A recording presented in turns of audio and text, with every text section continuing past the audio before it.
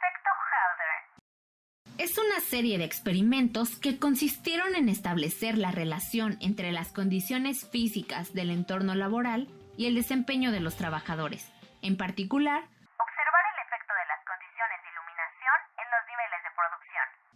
Dicho experimento fue realizado por Elton Mayo entre 1924 y 1927 en una fábrica de la Western Electric a las afueras de Chicago. Dicho experimento consistía en 4 fases. Primera fase. Se escogieron 2 grupos de trabajo para que hicieran la misma operación en condiciones idénticas. El primero fue denominado Grupo experimental y trabajó bajo una intensidad variable de luz. El segundo grupo fue denominado mismo que trabajó bajo intensidad constante de luz. En principio, el propósito del experimento fue encontrar el efecto de la iluminación sobre el rendimiento de los obreros. El resultado inmediato fue que no había relación directa entre las variables.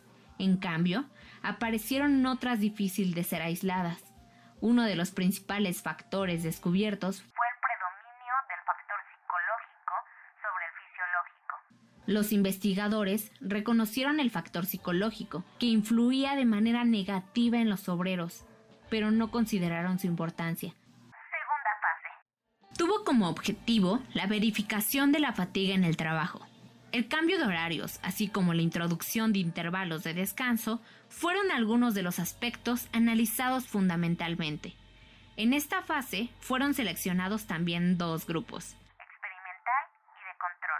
separados con una división de madera y provistos con recursos de trabajo iguales. El grupo experimental estaba conformado por 6 jóvenes de experiencia media. 5 de ellas montaban los relés, mientras la sexta suministraba las piezas necesarias para la manufactura.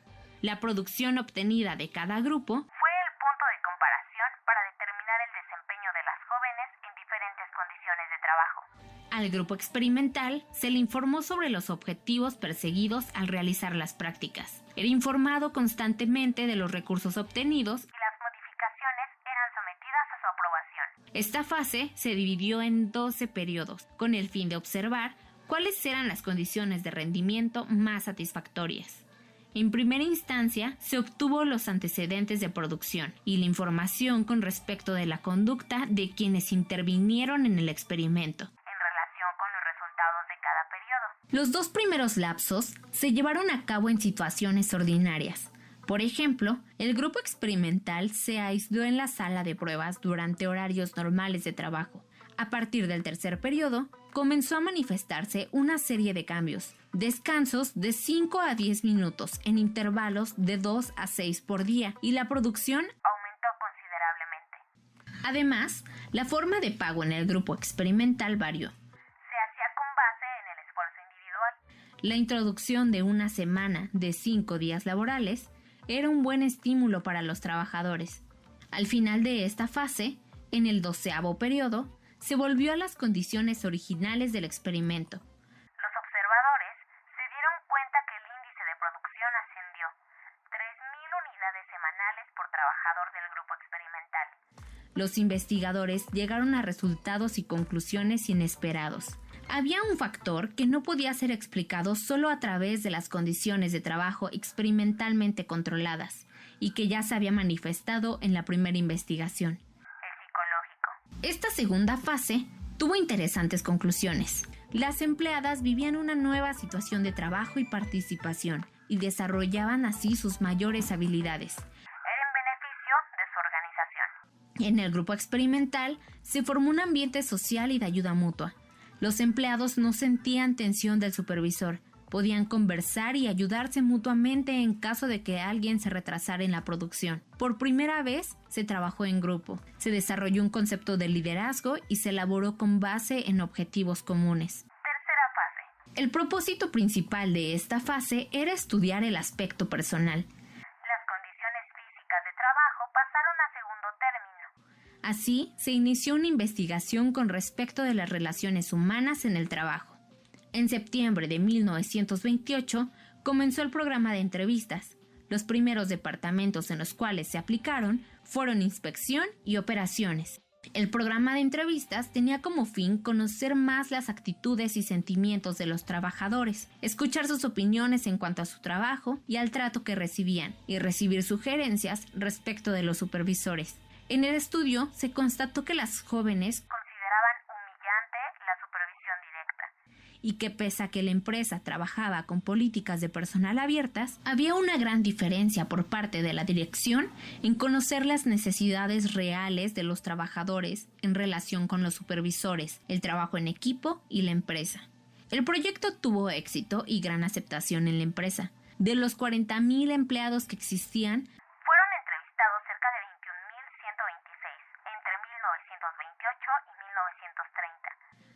En principio, la entrevista tenía forma estructurada, pero a partir de 1931 fue no dirigida.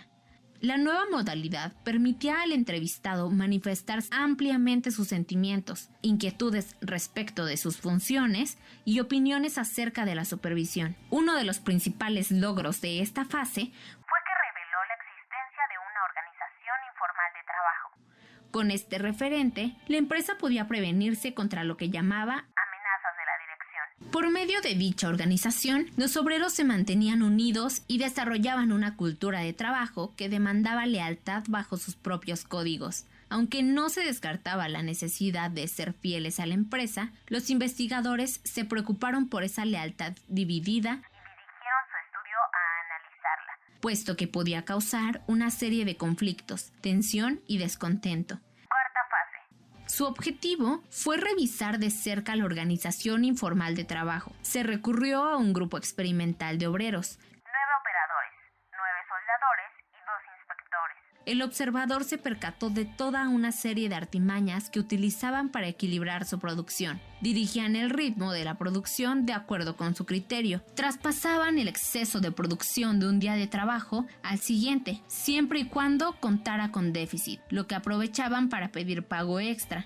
Tenían una cierta uniformidad de sentimientos y solidaridad de grupo. Así como el uso de penalidades simbólicas en caso de que algún miembro no respondiera a las necesidades del grupo.